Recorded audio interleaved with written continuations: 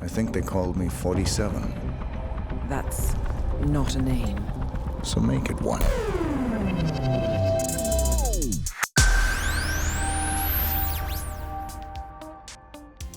The latest entry in IO Interactive's long-running Hitman series, simply titled Hitman, is here. Or rather, part of it is here. Hitman currently includes 2 training scenarios and 1 full-fledged assassination, with new locations to be added in the coming months. The game starts with a flashback section that serves as both a tutorial and an introduction to the mysterious Agent 47 for players who might not be familiar with him from earlier games. But the thing about Agent 47 is that there's not much to know. He's as unsure about his past as we are. What did it feel like? Taking lives? Random. Disordered. In this new Hitman, he's not ruthless, he's not vengeful, he doesn't seem haunted by his past or by the things he does. He just seems dispassionate and detached in the extreme. And the Hitman games are supposed to be a kind of assassination fantasy, a chance to play out the kind of perfectly executed hit that we see glorified in movies, pulled off by a killer for whom it's all just business.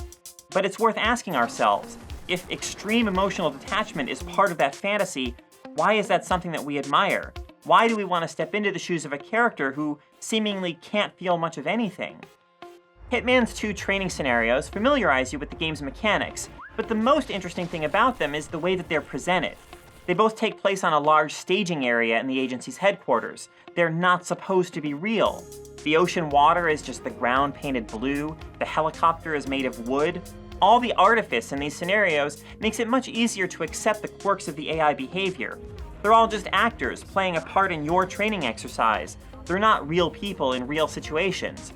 But when you move on to Paris, currently the game's only chapter that's presented as a real event and not a training exercise, it's harder to accept some of the strange things that happen.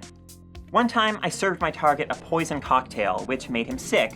He rushed to the bathroom but stationed his personal guard right outside. However, that guard let me walk right into the private bathroom, drown his boss in the toilet, and then walk away scot-free. Later, I tried to kill another target by dropping a chandelier on her. I missed, with the chandelier landing a few feet away, but nobody reacted to this extremely alarming thing that had just happened. We're good, sir. No hostiles in view. Nobody came after me, even though I was standing a few feet away, right by the chandelier winch. And of course, games don't need to be realistic. Games can create all kinds of worlds and situations. But the more effort a game puts into presenting itself as realistic, the more jarring it is when it becomes clear that the other people aren't people at all, but just robots following very simple programming who often don't know how to react in a situation. It's difficult to get invested in a world that so desperately wants to look and feel human, but is obviously just an elaborate clockwork mechanism with so many moving parts, some of which don't always work very well. What's the holdup? Unbelievable. For all of its seriousness and shadowy political intrigue, Hitman is still a pretty goofy game. In one training scenario, you can pull off the hit by sabotaging the ejector seat in a jet, then having your mark launch himself into the sky. It's kind of hilarious, and really the Hitman games have always tried to appeal both to those who like the idea of the elegant, stealthy kill, and those who just want to see what crazy stuff they can get away with. And the game encourages you to try some pretty wild stuff via its challenges. One challenge requires you to drop one target onto another from a few stories up.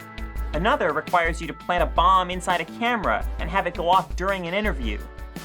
As you complete challenges, you earn points that let you start the mission in different locations and in different disguises, and that let you smuggle weapons into the palace, which makes it easier to complete still more challenges.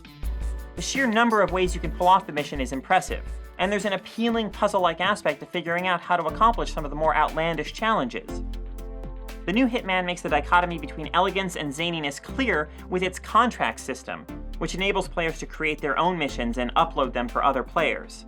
The contracts tutorial guides players to think about creating both skillful assassin contracts, which focus on achieving the cleanest possible kill in the best possible way, and playful assassin contracts, which require accidents, explosives, or other creative ways to kill the targets, sometimes in a funny disguise.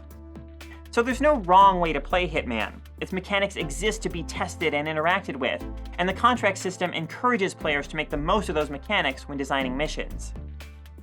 Disguises play a big role in Hitman, determining which areas you can walk around in openly. At one point, I was dressed as a stylist at a fashion gala, and one of the guards who blocked my way called Agent 47's masculinity into question. Fuck, I mean, you pussies need to find a real job. And while perhaps we're meant to think that the guard is a jerk and that his attitudes are wrong, it doesn't really work as a critique of those attitudes because Hitman as a whole is a glorification of traditional, violent masculinity.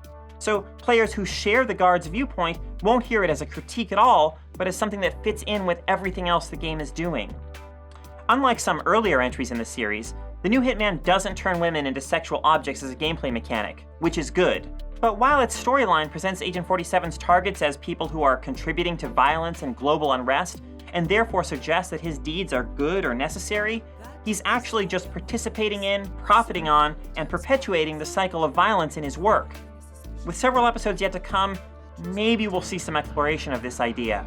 For now, Hitman is an awkward game that aims to be both elegant and goofy, both human and mechanical, and in trying to do so many things, it doesn't fully succeed at any of them. I live in that world.